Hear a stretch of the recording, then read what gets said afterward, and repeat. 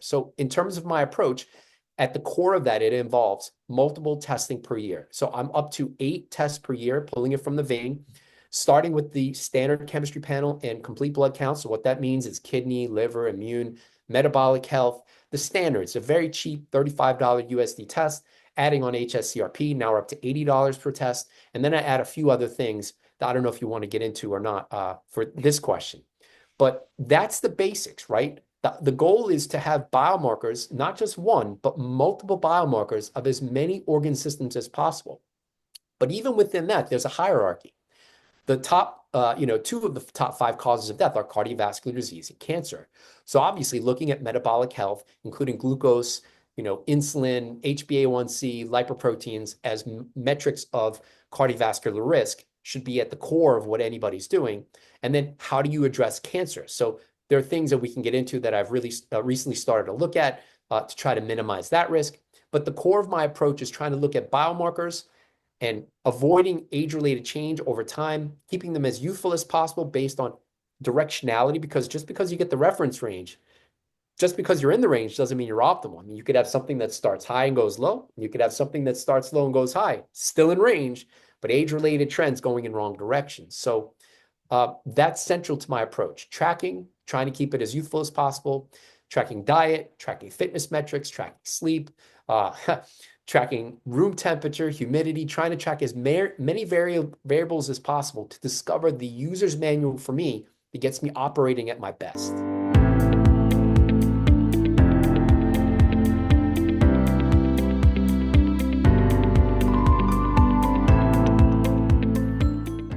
Hello, Dr. Lustgarten. You are a scientist in the Boston region and the host of the Conquer Aging or Die Trying YouTube channel. So it's great to have you back on the channel, and thank you so much for joining us today. Thanks, Richard. It's my honor. Happy to be back. Thank you. Yeah, so it has been 3 years since we last talked. I went back and had a look. It's great to talk to you again. And I see that you've been doing very well and in the world of epigenetic rejuvenation. And now you are the leader of the Longevity World Cup. So I saw that our mutual friend Dave Pascoe is number 8. He was number 3, I think, but I guess some people jumped in above him. So what is your result? Because you are the leader. What's your result at the moment? Yeah, so I should say, just as a point of correction, it's not an epigenetic test that the Longevity World Cup is focused on. It's PhenoAge. Dr. Morgan Levine tests PhenoAge, which is the clinical biochemistry biomarkers which is in contrast to the epigenetic stuff. But even the epigenetic stuff, like Brian Johnson and the Rejuvenation Olympics, is based on Dunedin pace. And technically, that's not really rejuvenation. That's slowing the pace of aging for a set of biomarkers that isn't all inclusive, but covers some organ systems, but not all. But all right, nonetheless, so it's the Longevity World Cup is based on actual clinical biomarkers, not their epigenetic prediction. So I've been tracking PhenoAge for many years, going back to 2018. I think I have somewhere around 40 tests. And for my most recent 2 tests, I've been around 20. The theoretical maximum reduction for biological age versus chronological age using that test is about 20 years. So I've been around that 20 years younger. And an interesting note about that is that test, biological age increases by 0.9 years for every year of chronological age, which means that even if all biomarkers stay the same, the biological age number will go up. Whereas I've basically reduced that slope so it's slightly below flat. In other words, I've reversed some of the biomarker changes that happened during aging, at least in my data, over the past 5 years since I've been tracking it. Now, is that rejuvenation? I wouldn't say so. At best, I'd say it's a true slowing of the pace of aging, at least for those 8 biomarkers and the composite, which is the best we can do for now, true rejuvenation. And we can get into what that even means, and what will be the best approach at some point. We can get into that later. Yes, I shouldn't really use the word rejuvenation because I don't believe in it either at the moment. And I think it just confuses everything by having this rejuvenation, and we should just talk about it. Okay, so you did say it's based on the PhenoAge. So the PhenoAge does have a epigenetic kind of version, right? But it's also based on the biomarkers. So, um, how would you compare it to like the rejuvenation Olympics? Do you think it's more valid because it's based on biomarkers?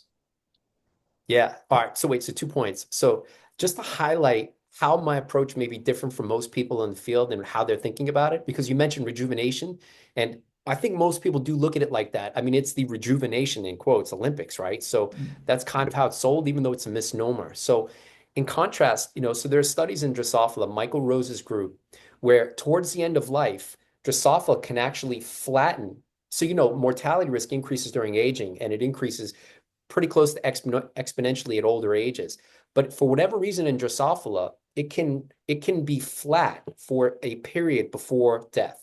In other words, Drosophila can find a way to flatten their mortality risk. Now, what if we could do that at younger ages? What is the recipe for doing that at younger ages? And if we could flatten our mortality risk at younger ages and do that for decade after decade, can we really push out our health span and reach maximal lifespan and beyond? Now, how far out? I don't know. But that's basically the guts of my approach, which is trying to get my biomarkers to the most youthful state, avoiding their age-related change, and keeping them there so that I've flattened mortality risk across biomarkers of as many organ systems as possible for as long as possible.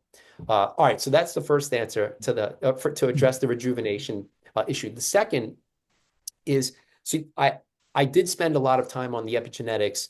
I measured Dunedin pace 18 times. I had some pretty decent results. Nothing as good as what Brian or Seamland or others have posted, 0.6, Daniel Lewis, 0.6, 0.58, whatever, somewhere in the 0.8 range.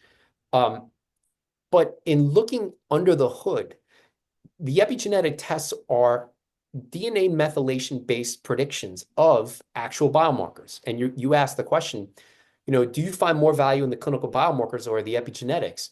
So for now, and this could sound like, well, you didn't get to the best epigenetic results, you're focusing on the clinical biomarkers. Okay, that may be a part of it, but also the other side of that coin is it's a prediction of actual biomarkers. I'd actually prefer to measure the actual biomarkers. And just as a quick story on that, so one of the companies that I used, or the company that I used to measure, a DNA methylation-based changes, they include a DNA methylation-based prediction of HSCRP. Now, on the same day of testing, I'm doing venipuncture. So I'm measuring the gold standard way to measure high sensitivity C-reactive protein by pulling it from my vein as opposed to my fingertips. So based on the fingertip DNA methylation-based test that they're offering me, for many tests, they said that it's quote unquote high. But on the same day of testing, I've got it at below the detection limit, 0.2 or 0.3 milligrams per liter for 23 tests in a row going back 3 years. So you've got disparate data. You've got an epigenetic prediction of the actual biomarker that says I'm high, but the actual biomarker is as good as it can get. So this isn't a knock on the epigenetics. They probably are capturing more than what they're intended to do, or some of it is noise. That said, I do prefer to look at the actual biomarkers for now. So instead of the epigenetic prediction of VO2 max, I want to measure VO2 max. And just taking that a step further, so recently, GrimAge is the best epigenetic clock for its association with all-cause mortality risk. And I say that because in head-to-head matchups against many epigenetic tests, and you can put the gold standard ones there, PhenoAge. So these are, again, the DNA methylation-based tests that are based on the actual biomarkers. PhenoAge, Dunedin pace, even Horvath, Hannum, and GrimAge. You put them in a head-to-head matchup in at least a couple of studies. GrimAge's association with risk of death for all causes is by far stronger than all of those other tests. So then it got me thinking, okay, what are the biomarkers that it's actually based on? So now I'm including two of the biomarkers, two of the 7 protein-based biomarkers that are included in the methylation-based prediction of GrimAge that I can measure in clinical chemistry by pulling it out of my vein and trying to keep them as youthful as possible, and lowest risk for all-cause mortality. So I prefer the actual clinical biomarkers to track that as opposed to the epigenetics, at least for now. Okay, this may get into a elongated diversion, but so I thought that the epigenetic ages were based on like AI looking at the the way that the epigenome changed over time and finding correlations between all-cause mortality or aging and so on. But you're describing that the epigenetic markers are directly tied to blood markers or to real physical markers. So I wasn't. So how does that work? Because I was not aware that that's how it's set up. Yeah, so that's actually the case. The way I'm describing it is actually the case for PhenoAge. So for the 8 clinical biomarkers that are on PhenoAge, the blood biomarker-based PhenoAge, Dr. Morgan Levine's, they also have the DNA methylation-based estimation of those actual biomarkers. So for people who had young PhenoAges based on the blood test data for albumin, creatinine, et cetera, what does their DNA methylation profile look like? So you have that for the actual clinical biomarkers in youth, not so youthful and aged. And then you have the epigenetic prediction of that for each of those 3 statuses. So so using that same mindset or that same approach, it's also for GrimAge. So GrimAge has 7 protein-based biomarkers, and then also it has smoking and chronological age. So they looked at that and then used the epigenetic prediction of, were people young, middle or older based on those biomarkers, and then the epigenetic prediction of that. And for Dunedin Pace, it's an 18 biomarker panel that includes things like an epigenetic prediction of an 18 biomarker panel that includes things like cardiorespiratory fitness, lipoproteins, ApoB, including that. Even oral health, gum health was a part of the original algorithm, inflammation, some kidney biomarkers. But these are DNA methylation-based estimations of gross, a big picture biomarkers. Now, initially, they did use some stats to come up with the best biomarker predictive panel, and then use the DNA methylation based on that. Because how did they come up with 18 biomarkers for Dunedin Pace or the specific 7 protein biomarkers for GrimAge? Now, there may be some differences for things like Horvath, because that's a multi-cell and tissue clock. So they're looking at, there aren't actual biomarkers there. That's more of the prediction based on the methylation sites and not on actual clinical chemistry biomarkers. So that's a bit different. But at least in terms of the gold standard ones, PhenoAge, Dunedin Pace, and GrimAge, it's an epigenetic prediction of actual clinical chemistry biomarkers. Okay. So unless there was so is it expense? I mean, because it seems to me it would always be better to measure the biomarkers. Yeah. And what's interesting is I don't think I've seen the comparison for all-cause mortality risk, or I haven't seen, PhenoAge versus the DNA methylation-based PhenoAge all-cause mortality risk. Maybe I'm missing it. Maybe somebody can correct me. I've even emailed Morgan, and asked her about it. I haven't seen that data for Dunedin Pace, actual biomarkers versus the epigenetics. Now, in some cases, it may be valuable. For example, going back to GrimAge, GrimAge includes things like GDF15, which pop up almost everywhere. Cell senescence, all-cause mortality risk. I mean, you name it, it's everywhere, but it's not available. It's not commercially available. So if you told me that, we've got a test of biomarkers that are not commercially available, and we're going to give you an epigenetic estimation of those clinical chemistry biomarkers, okay, that has some value, but I would still want the actual biomarkers. That's my perspective. Maybe others would have, a different perspective, but then you could take it a step further and say, wouldn't you expect that you'd see changes at the epigenetic level first before seeing changes in the clinical chemistry biomarkers? Because, right, you're starting from the genome, those genes will be turned on or turned off based on, in part, epigenetic changes. So if you see changes at the epigenetic level, that may impact protein translation, right? And then protein levels. So the changes at the epigenome and the epigenetics may be the first warning signal, but in many cases in my data, they don't match, So for now, I don't want to say I've soured on the epigenetics, but I'd rather have the clinical chemistry biomarkers. Did you know that over 80% of the population is deficient in magnesium, a mineral involved in over 600 biochemical reactions? And there are 7 forms of magnesium, each with distinct physiological targets. That's why I take Magnesium Breakthrough from BiOptimizers. It's the only full spectrum formula with all 7 forms. Chelate for muscle recovery, citrate for arterial health, bisglycinate for digestion, malate for energy production, sucrosomial for immune function, taurate for cardiovascular health, and orotate for metabolic optimization. Clinical research confirms that organic magnesiums like citrate and malate have higher bioavailability than the common oxide forms found in most supplements. Different forms target specific tissues. Taurate, malate, and citrate show neurological benefits, which is why magnesium breakthrough users report dramatic improvements in stress response and sleep quality.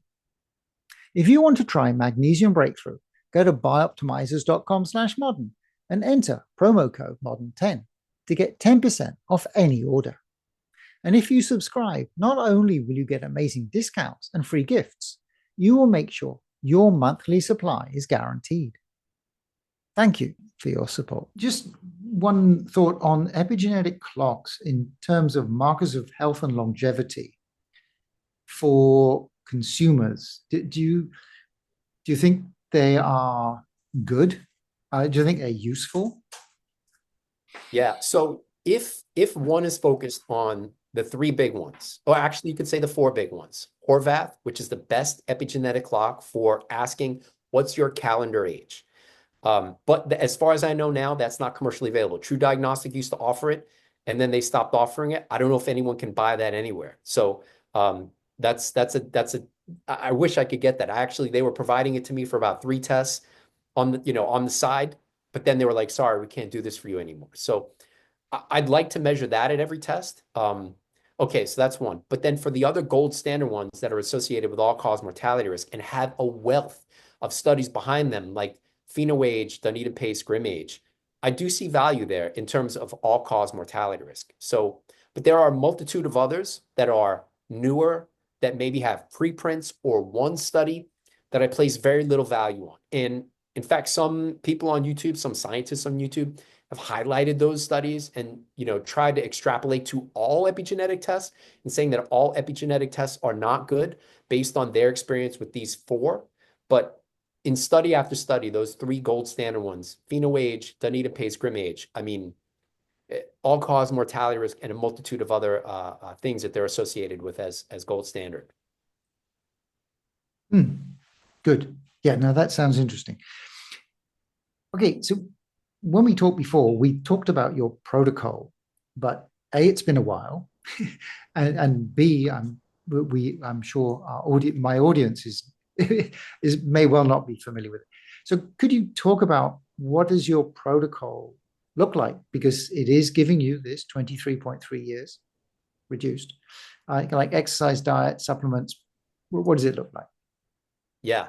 So as a prelude to that story, to kind of finish the epigenetic story too, I think a major issue in the field is many people are obsessed with their best result.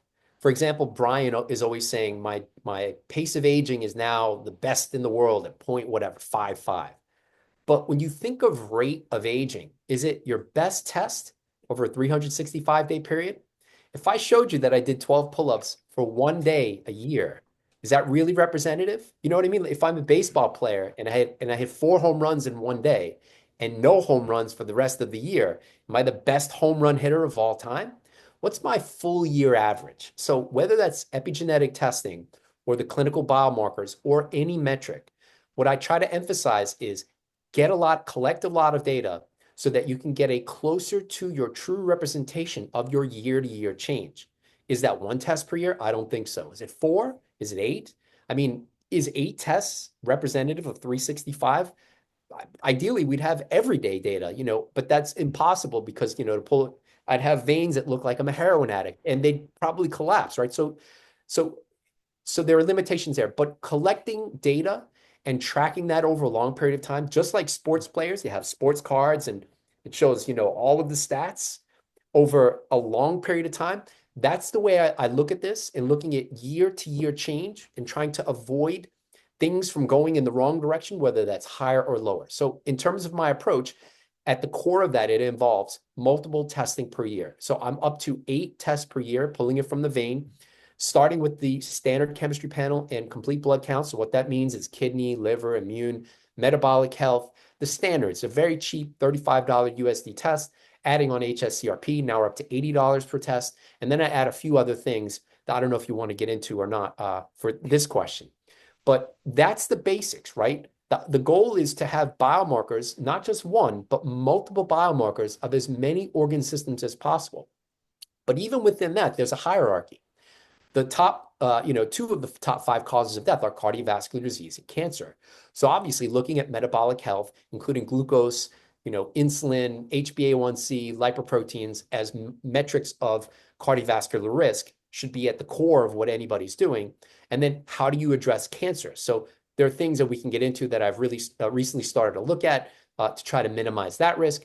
But the core of my approach is trying to look at biomarkers and avoiding age-related change over time, keeping them as youthful as possible based on directionality, because just because you get the reference range, just because you're in the range doesn't mean you're optimal. I mean, you could have something that starts high and goes low. You could have something that starts low and goes high, still in range, but age-related trends going in wrong directions. So that's central to my approach. Tracking, trying to keep it as youthful as possible, tracking diet, tracking fitness metrics, tracking sleep, tracking room temperature, humidity, trying to track as many variables as possible to discover the user's manual for me that gets me operating at my best. Okay. Do you check your calcium? Do you go to do a calcium scan? I Calcium haven't done that yet. I've uh, looked into that. That's on my to-do list. That would probably be at the top of the list to look at coronary calcium. But then even soft plaque, because calcification doesn't identify soft plaque, so I'd want to look into soft plaque. And then it's an expensive test though. So, I think it's about $2,000 I've looked into, at least here around that, USD. So, but that's atop the list, is looking into that. Cardiovascular disease runs in my family. So it's a top priority to get the most direct measure. Even the carotid ultrasound, I'd want something more specific than that, even though that's a relatively cheap test, $150. Interesting. Yeah, it's because you mentioned LDL. Yeah, I was just thinking how relevant that is. But the calcium score is the kind of the gold standard. So, what is your exercise, diet, and supplementation regimen look like? Yeah, so the workout routine is basically the same as the last time we talked. 2 90-minute sessions per week, including compound movements, so overhead press, pull-ups, rows, push-ups off a ball. Those are the foundation. But then I do a whole bunch of stuff for my low and mid and upper back to try to keep that strong so that I minimize injury risk from doing deadlifts. Um, Mobility, flexibility, balance, those are all big parts of my approach. But even then, there are layers to that. Like I follow some people on TikTok and Instagram, that focus on joint mobility and flexibility, almost like gymnast or ballerina type flexibility, but incorporating strength into that too. So strength through a full range of motion. So that's the next evolution of what my exercise approach will lead into over time once I have a little bit more time to craft the approach. But for now, 2 90-minute sessions per week, and it's only on that schedule because I've got to train around the in-person work schedule. So in between workouts, it takes me 3 to 4 days to recover, at least based on heart rate variability and resting heart rate, where to do the next session, I'm more fully recovered. But I'm planning on splitting my workouts at some point to see, what is the optimal dose per day, as opposed to 90 minutes per session twice per week. In terms of the diet, I've got that pretty close to down to a science for most of my biomarkers being close to youthful and associated with lowest risk of death for all causes. I do have weak spots though. But for now, it's around 100 grams of protein, 45 grams of fat, and some of that coming from fiber, because fiber contains soluble fiber, about 20% of that, which is converted to short chain fatty acids, which can be added to total fat. So it's about 40% fat, 5 to 8% coming from soluble fiber intake, and then the rest carbs. So 30 to 35, 40%, something in that range. So even within that, though, it's basically high fiber. So it's around at least 65 grams per day of fiber per day. And that's down from when we last spoke. I think it was higher, probably closer to 90 grams per day. And I've had values as high as 120 grams per day. what else is on the diet? So, but I've been recently experimenting with the diet, trying to fix weak spots, whether that's homocysteine or DHEA sulfate, or I've actually got Candida IgG levels that have been higher than the reference range for now 9 tests in a row. And if I've got a test in 2017, it was higher than the reference range. So for whatever reason, I may have some systemic Candida in places that it shouldn't be, where my immune system has to work harder than it should to keep it in check for a very long time. So that's recently atop the list, trying to get that under control. But you're still like weighing all your food and like, Yes, yeah, that's just forever. That will always be the case. it's Weighing, just so detailed. yeah, I mean, I mean, weighing, entering into chronometer, putting that into a spreadsheet, blood testing, lining up the blood testing with the diet and other data, calculating correlations, and then looking at correlations between the diet and the blood test data to see what I can potentially do to to move weak spots. So yeah, it's a constant iteration. Now I should say I'm working with a team of developers, and we're hot on the trail of putting my approach into an app where, so it generally takes me about 7 to 10 hours for myself and for clients that I work with to, once you've got blood test data and you've got the diet data and the correlations, it's a time-intensive process. So the app we're building, we'd be able to pull data from Chronometer, pull your blood test data, pull wearable data, pull whatever data you want to analyze, and then look at the correlations, and basically get that data instantly, as opposed to me, doing it manually and having to really rigorously go through it one by one. That sounds really smart. Yeah. So I know you're not big on supplements, but are you taking any supplements at the moment? Yeah, so I wouldn't say I'm opposed to supplements. It's just I prefer demonstrated need, and demonstrated need only when all other aspects have failed. It's because for me, when I think about polypharmacy in older adults, it's not associated with better health. It's generally older adults in worse health are taking more prescription medications. So so for me, it makes sense that if I can keep my biochemistry as youthful as possible, if I do need some supplement or prescription medication at advanced older ages, it would be most efficacious then, as opposed to I'm taking it at a younger age. What's going to happen in 50 years? Well, I just have to keep taking higher and higher and higher doses. And it is, as an example for that is, people who are insulin dependent diabetics, there can become a point where they have to take continuously more and more insulin because the cells just continue to get more and more insulin resistant. Is that good for health to just keep jacking up the system with more? I don't think so, right? So I prefer to play the safest, try to take the safest road. Now, that said, I do have supplements in the approach, but they're very minimal. Right now, vitamin D, but I'm going to take that out after the move to Texas in a couple months, as I'll be getting full year sun exposure, or at least for 9 or 10 months out of the year, I can get some sun exposure. Whereas here in Boston, I get us almost no sun exposure. Nicotinic acid for NAD. But even that is a relatively small dose. I'm on 100 milligrams per day right now. And that's to basically get my NAD into the 40 micromolar range. If I don't take that, it's in the 20 to 30 micromolar range.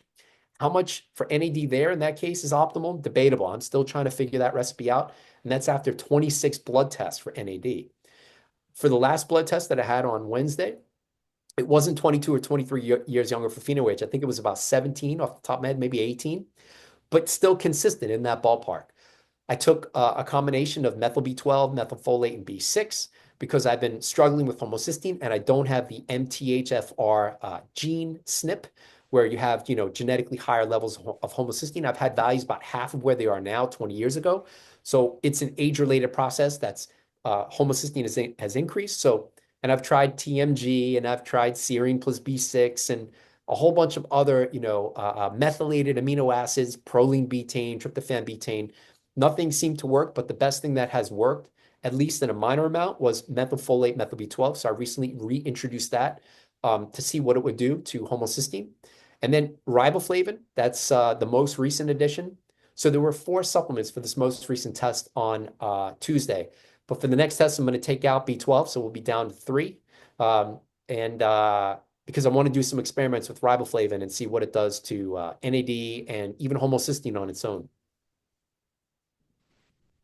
So I do want to come back to NAD, but so within your protocol, if you were going to take like a Pareto view, because your protocol is obviously working because you have an amazing 23 years or 17, depending on when it's taken. So, but if someone is not going to spend as much effort and time as you, what is the 20% that would make the biggest difference? Yeah. All right, so I have this in a hierarchy now. And when when you say what's changed over the past 3 years, I would hope that the approach has gotten better and evolved and become more clear, right? So when you think about the highest tier, the most important tier, it's body composition. So lean mass, muscle mass declines during aging, fat mass increases during aging, including visceral fat mass. Visceral fat removal extends lifespan, at least in rats. So keeping visceral fat as low as possible. And this can be measured with DEXA and then also bone density, right? So these are all DEXA body composition related measures.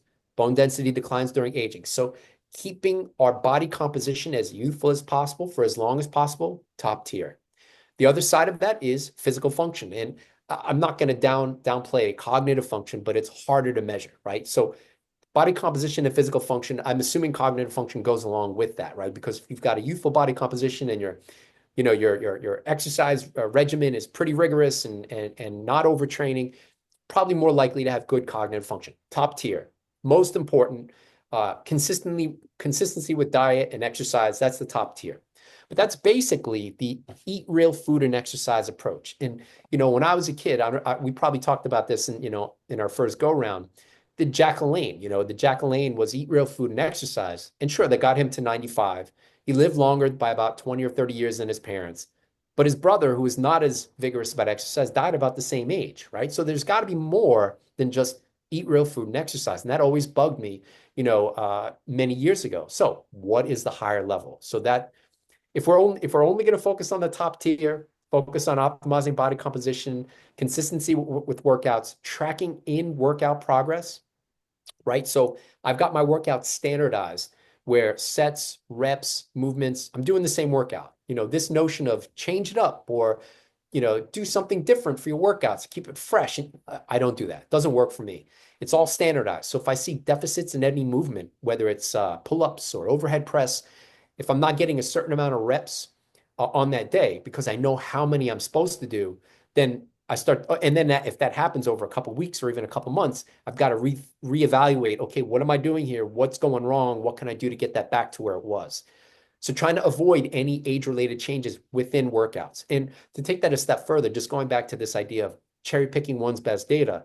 Like again, if I show you I did 12 pull-ups in 2025 and I did 12 pull-ups in 2018, one might think I'm doing great. There's no change in physical function, at least for that movement, right? So I'm thinking about posting every time I do a workout. Not yet. Maybe I'll have a separate channel. I don't know how I'll do that yet, but with the move, I'll have a house, I'll have a backyard, and I can post every workout so people can see, did you get 12 pull-ups today? Oh, you got 10? What are you going to do? Right? And then looking at it over time. So that's the 20%. Optimize body composition, keep it as youthful as possible, avoid age-related change for lean mass, visceral fat, bone density, and the physical function measures. Really hone in on that to avoid age-related change. But then what's under the hood? I don't know how detailed you want to go, but I've got that broken down into its most component parts. How about the top level under the hood? What are the top things that you would look at? Yeah, so then we're into the blood testing and looking at tracking, right? So, but that may not be the 80-20 view. That's the more detailed, is it a better approach than eat real food and exercise, right? So, but it can, for me, it's very simple. Blood pressure, right? One can measure their blood pressure every day, right? It's non-invasive. Changes during aging, systolic blood pressure goes up. Blood pressure is associated with dementia risk. So what's the recipe for helping keep that youthful? Lung function. I have a spirometer. It's pretty cheap, 100 or so dollars USD. Lung function declines during aging. And the thought there is if you do regular exercise, you'll have better lung function than someone who doesn't. Sure, but the slopes are parallel where sedentary declines during aging and the athlete lung function declines during aging. So how can we flatten at least the athlete one, right? So does that involve training more? Does that involve training with resistance? What's the recipe, right? So Those would be the easiest ones. But if we want to get into the specifics, the fun stuff, I think, for me is in the blood sample. Okay, I think we'll leave it there for the moment because we could get into so much detail. So we did talk about NAD, and so one of the things I was going to ask you is, do you think boosting NAD is important? So since you take nicotinic acid, you obviously do. So which boosters have you tried, and which ones do you find most effective? Yeah, so I've tried NMN, nicotinic acid, and I think technically, well, tryptophan, because the de novo NAD synthesis pathway, tryptophan is converted into NAD. Now, many people online will say, well, the salvage pathway or price handler pathways, which are NMN and nicotinic acid, are better at producing NAD, or they're more active, or they produce more. In isolation, this may be true because a hop, skip, and a jump, the amount of enzymatic steps to go from NMN to NAD is, I think, 2 or 3 reactions. For nicotinic acid, 2 or 3 reactions. And for tryptophan to go to NAD, I think it's something like 6 off the top of my head. It's more than 2 or 3. So maybe those pathways, if you take NMN or nicotinic acid, you'll get a bigger NAD boost than tryptophan. But what one has to consider is that tryptophan can be converted into nicotinamide. And the nicotinamide circulates in the blood, which can then be used to increase NAD. So if your de novo NAD synthesis pathway is ineffective, you will essentially have less nicotinamide to make NAD. So does that mean we should just take nicotinamide or nicotinic acid? Part of me is counterculture. Part of me wants to do things on the cheap. So when everybody's saying NMN or NR, I'm like, what about the underrated stuff that nobody thinks about? So I did that experiment. And in my case, maybe it's different for others. The only way to know is to test. Very low doses of nicotinic acid get me the same effect as higher doses of NMN. So 300 milligrams per day of NMN does nothing to my blood intracellular levels of NAD. And then some people could say, well, what you're measuring in blood intracellular levels doesn't necessarily reflect what's in the tissues. And there is some truth to that. But there are also published studies showing blood intracellular levels, especially with niacin, if you increase it, that increase is associated with increases in muscle in animal studies. So 300 milligrams NMN, no dent on NAD. Whereas if I go to, like I said, 100 milligrams of nicotinic acid, I get to about a 15 micromolar increase above my baseline. That takes, if I remember correctly, 1,000 milligrams. So 100 milligrams of nicotinic acid is equivalent in my case to about 1,000 of NMN. NMN's like, I don't know, $60 a month USD. Nicotinic acid is a few dollars a month at most. I mean, I'm taking very low doses. So for me, it's a win-win. It's cheaper. It's not with the herd. Everybody's going in one direction, and I've kind of got it, in the other direction with very low doses. Now, that said, why is my NAD level, why is it relatively low without any precursors, right? So I'm calorie restricted. Calorie restriction supposedly increases NAD. I'm a vigorous exercise twice a week. It's a 90-minute workout. I'm not just laying around, lifting my arms, It's a vigorous workout, moderate to vigorous.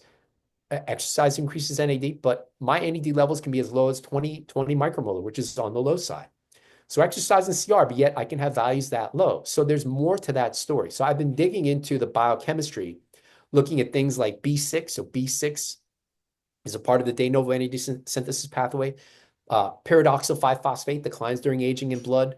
I've done experiments trying to boost that, seeing if that makes a dent on my NAD. I recently did the riboflavin experiment because that's a part of the de novo NAD synthesis pathway to see if that can improve the efficiency of tryptophan conversion into NAD and make a dent on my NAD levels. And I'll have that video on my channel coming sometime soon so people can see the biochemistry of that. But, it's not just for me a matter of just take the precursors. I also want to try to address root causes and get after why it would be on the lower side and what am I missing, whether it's through vitamin, mineral cofactors, or whatever the case may be, amino acid, maybe tryptophan is suboptimal. To try to get to root causes and address that first, rather than just trying to exogenously band-aid the situation, which I can easily do with NMN or nicotinic acid. So Um, oh, did you try trigonelin? I think I saw that. Yeah, I did. Trigonelline. Yeah, I might be saying it Trigonelin. wrong. Vincenzo Sorrentino, right? Dr. Yeah. Vincenzo Sorrentino is his great work. Yeah, so they showed that trigonelline increases NAD. So I tried that from a variety of ways.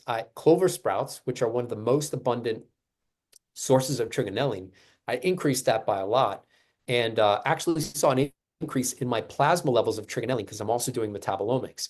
So plasma trigonelline went up by a lot to about 7 micromolar. Didn't that amount without trigonelline, without the clover sprouts, my trigonelline levels in blood were very low, like less than 1 micromolar. So I got a big boost by adding it in diet in blood. Didn't make it then on my NAD though. And then I supplemented with 500 milligrams per day, or maybe it was 250. Didn't make a dent on my NAD levels either. But in hindsight, when I got my plasma metabolomic test back for plasma trigonelline with 250 milligrams or 500, I don't remember the exact dose, it only went up to about 7 micromolar. In other words, I was able to get supplemental trigonelline versus from clover sprouts got me to the same plasma level. I didn't go above 7 micromolar. Now, if I went to very high dose trigonelline, would I get a boost on NAD? Maybe, but trigonelline is also expensive like NMN. I'm not trying to spend $60 on a supplement for something that I can do by diet and then that I could do even more cheaply with nicotinic acid. That said, if riboflavin makes a dent, I may not need nicotinic acid either. So I'm open to taking the nicotinic acid out if I can get a bigger boost with riboflavin. So riboflavin, that's B3, is it? B2, B2. B2, B2. And yeah, because B3 is nicotinamide. So is that the precursor to FAD as well? Yes. Yep. Yep. And it's a part of the de novo NAD synthesis pathway. So if you're suboptimal, even that's debatable. If I look at my dietary intake of riboflavin, I'm 2 to 3 times higher than the RDA. And some people would say, oh, the RDA is, who cares, right? But it's not deficient based on the RDA, right? So, but it just, what is the optimal amount based on my biochemistry? So would going to 5 milligrams or 6 milligrams, and I have correlations in my data for riboflavin with higher NAD, but that's within the 20 to 30 micromolar range. Would that push me to 35 with no nicotinic acid? Is that sufficient? And then it's like, which is better, riboflavin versus nicotinic acid to get in the same ballpark with low doses of nicotinic acid? What does that look like on the rest of the metabolomics? Is that a net positive change, a net negative change? So there's a lot to still be uncovered as to what's the best approach for raising NAD without, changing other stuff. And are you still trying to tamp down CD38 through diet? So I am, and keeping CD38 low is always a part of the approach. Fresh parsley, 75. I'm up to 75 grams per day now. It was about 50 maybe when we spoke last. So I don't think it's an CD38 issue. If it was, I'd project to see a higher NAD level as parsley intake has increased, but that isn't the case. So changing tack. So another one of the main supplements is rapamycin. So there's been a little bit of kind of news about rapamycin recently. So the Pearl trial, well, actually it finished last year. It was published in a problem article this year. And then also Brian Johnson was taking it, and then he said, okay, no, I'm stopping. It's making me older. I just thought, what are your thoughts on rapamycin? Yeah, so I've actually done the experiment or done a partial experiment with rapamycin. I took it for a week, 1 milligram per day for 7 days. Actually, I think it was 5 out of 7 days. And it wasn't every day because subjectively I felt terrible. And generally I stay away from the subjective. I try not to say, oh, I feel like this or I feel like that, because that can get very tricky. Is that a real thing? Feelings can be real and somewhat imaginary, right? It can be easy to trick oneself that they don't feel like doing a workout, right? So I try to stay away from the subjective. What does the objective data say? My heart rate variability, resting heart rate, I know where that usually is. It got a bit worse. And again, I can't say causation. This is only about a week of experimentation, but subjectively, I felt worse. I slept more. My heart rate variability, resting heart rate was worse. Blood pressure data was worse during that week.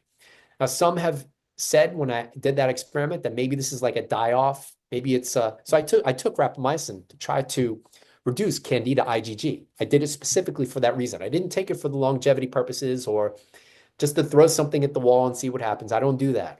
For me, it's always, what's the demonstrated need and intended effect? So knowing that rapamycin is a well-known antifungal and there is published data that it can reduce Candida, I did that experiment. It didn't work at all for that purpose. So I took it out when considering all of the other subjective and objective data. Now, in Brian's case, I believe what he says. I would hope that he would show his data. So recently, Dave Pascoe and and I've been posting clips and I'll post the full video at some point, but we did about a 2.5 hour discussion where he presented all of his data, biomarker versus biomarker for liver, kidney, immune. I mean, we're talking 30 biomarkers or so over as many years as he's been tracking, maybe 7 years or more, 35, 40 blood tests. So we can see trends over time. I believe that for Brian, it may have made his data worse, but I wish he would show his data. What is Dunedin pace or whatever metrics that he used? What does it look like? I'd like to see some data where, he points to rapamycin and for these tests and no rapamycin for these tests. And, is that really what happened? So I believe him at his word, but I would also like to see the data underlying that story. Now, that said, is rapamycin for everyone? I don't think so. I think there may be specific populations who have a specific biochemistry, whether that's immune cell phenotypes or whatever it may be, where rapamycin may have a specific purpose and benefit.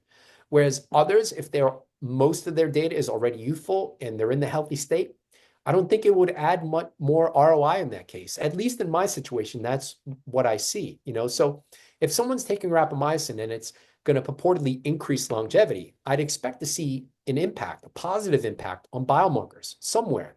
What is it going to change? Now, if someone said, oh, it's changing stuff at the cellular level and you can't really detect that at the full organism level, I don't buy that. If it's changing something cellularly that will impact longevity, I'd expect to see some biomarker changes somewhere. So with that in mind, how many biomarkers would you need to see that rapamycin is a net positive versus a net negative? In that case, let's look at liver, kidney, let's look at the full spectrum and then make a proper evaluation. As far as I know, that there are very few studies that have looked at that. And the studies that I know of have looked in isolation at only a few biomarkers. But in terms of people tracking their own data without rapamycin, that's what I would encourage to see if it's actually a net positive, neutral, or even potentially detrimental. Yes. So I looked at the Pearl trial right up, and I must admit that I was expecting more, like a more definite sign, and there wasn't really a strong signal. I didn't think, and there were some reasons for that, like they said it wasn't very bioavailable, the form they were using and stuff like that. But yeah, it did not show a strong signal in any of the things that they were looking at.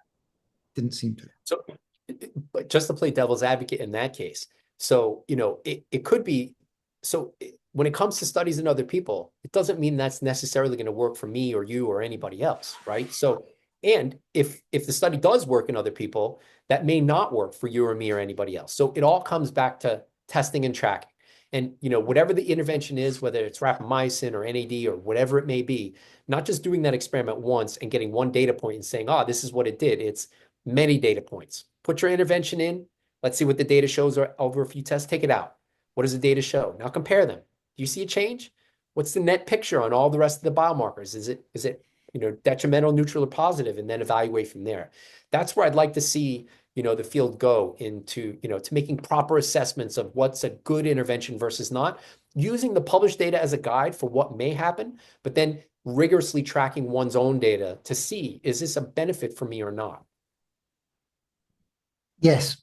I mean, we've spoken to people, I think Dr. Nathan Prince and people who talk about that kind of, using AI and using inbuilt trackers and so on, so that you can really look at that at all the biomarkers and make personalized kind of decisions.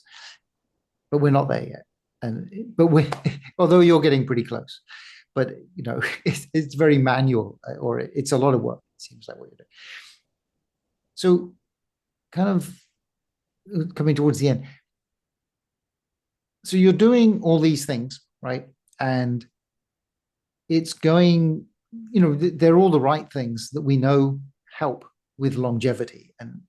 But in the end, it's going to keep things going for a bit longer. But really, what we need is a something that really changes the paradigm, or a step change. So first of all, I guess, is that do you agree with that? And the other thing is, so what technologies are you watching that might make such a change? Yeah. So the answer is yes. And, it's only a matter of time. So my approach is essentially the live long enough to live forever approach. And I wish I could have coined that phrase. Shout out Terry Grossman and Ray Kurzweil. They coined that initially, or that's where I heard it first. But my approach is essentially that. Now, if you go by maximal lifespan and my current chronological age, I have about 70 years, 71 years of maximal lifespan remaining. Will it happen in that 71 years? I've mentioned this in other places, but the rate of aging is pretty close to a constant. Have a poor diet, make it faster. Or have a poor approach. It's not just diet, but maybe poor genetics, poor lifestyle choices, smoking, whatever it may be, you speed it up. Or maybe you slow it down a little bit, but it's not flat, right? So then the other part of that equation of the rate of aging, but it's pretty much a constant within that, the 95% confidence interval. You have a range there, right? Where are we in the scope of knowledge for the rate of aging? When they match, then aging is flat, right? Are we, and I've said this a million times, but are we just down here? We think we're here, we think we're close, but we're really down here just throwing rocks like monkeys, primitive monkeys, thinking that, our hubris, or, we're so close. I don't know what the answer is, but eventually those slopes will match. Is it in the next 70 years? I hope so. Will it take but it may not be 7 years. Maybe it's 200, maybe it's 400. At some point, those slopes will match. Assuming that civilization doesn't annihilate itself, at some point they will match in the future. So I hope I'm alive to see that. Now, that said, with current rejuvenation tech, I see a lot of broad-based interventions, whether it's exosomes or HBOT or red light therapy. You pick the reprogramming, these are all broad spectrum approaches, right? But the one that's not on that list, and you brought it up though, is AI, right? So eventually the AIs will get good enough where you put in all of your data and it will say, this is where your weak spot is, and this is exactly what you should do for that weak spot. And it would address it immediately. So with that said, now we're still back on that live long enough to live forever approach, pushing you further and further out. Would you need exosomes or HBOT? Maybe that's the best intervention. Like, for example, if your red blood cells are low and, correspondingly hemoglobin is low, you're going to have a low oxygen carrying capacity in your blood, because that's what red blood cells and that's what hemoglobin does. In that case, I can see a reason for using HBOT, because you're forcing oxygen into the body. Maybe you don't need red blood cells in that case, because it's literally being forced in your body, and that's saturating your cells with oxygen so that mitochondria can do work and so on. But is that the intervention you need?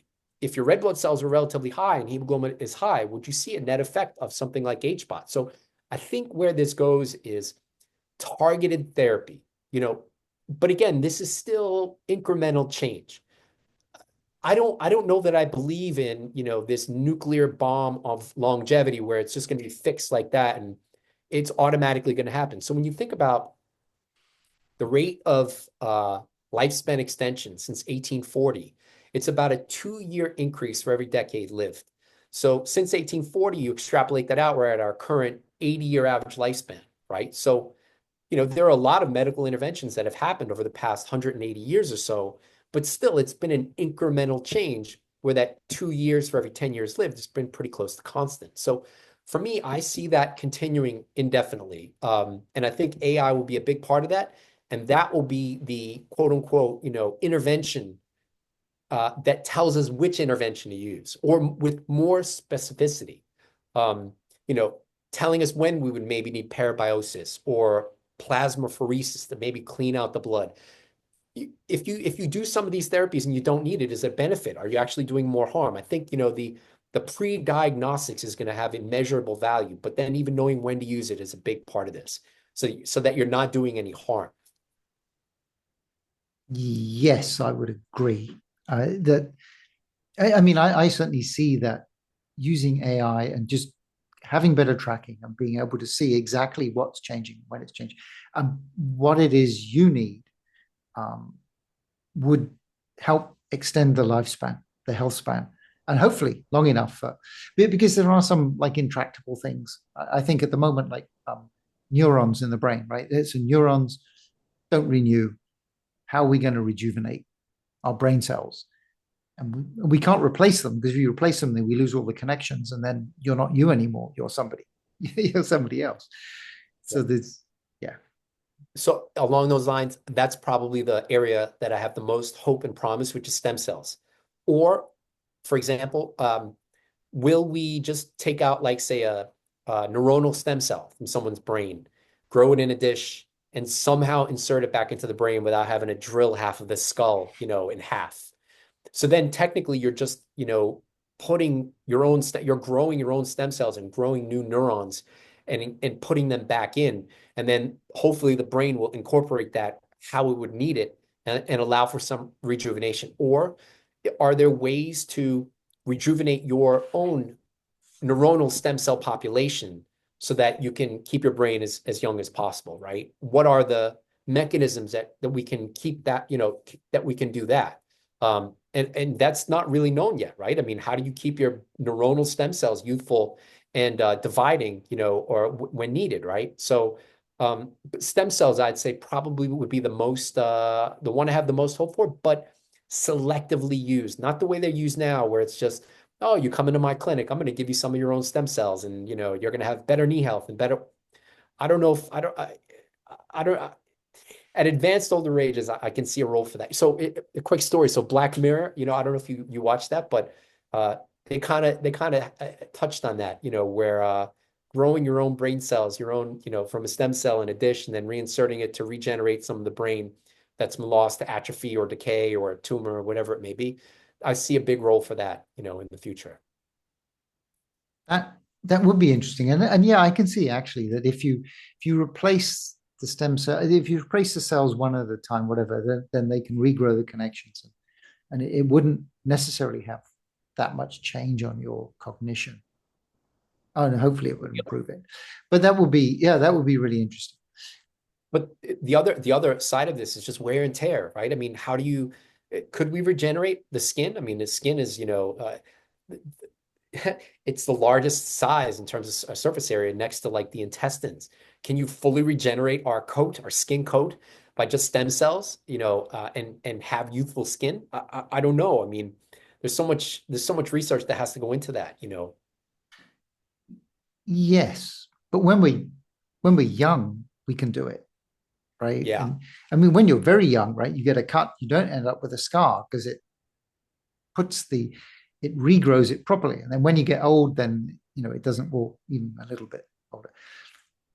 So you would think, right, that the ability is within us. It's just a matter of figuring out how to turn it on without causing cancer. Definitely. And that goes back to, where are we in those slopes, right? Are we still down here? The other side of the equation is, so when I look at most of my biomarkers and they're mostly youthful, it's like, what is the youthful biomarker that I'm missing? Like, if I look at myself in my 20s, I don't look like that. Hairline doesn't look like that.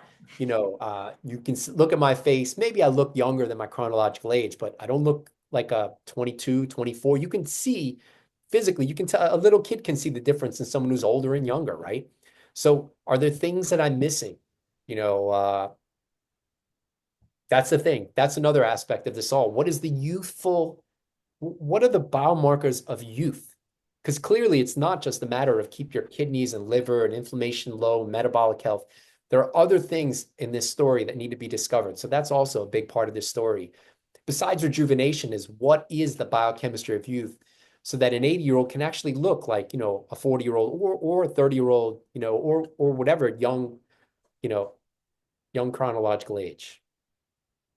Yes, which kind of comes back to our conversation around rejuvenation, because we're not, I mean, if you were rejuvenated, if you were truly rejuvenated, then you would look like somebody who's 20 years younger.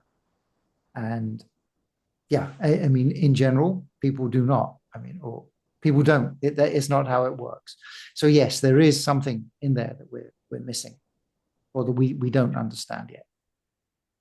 I hope I can live long enough to get to that day when there's true rejuvenation. And that's on my list but I don't know that any of the current therapies are going to get to true rejuvenation, right? Because if you just even look at animal studies, still the gold standard for lifespan extension in mice, calorie restriction.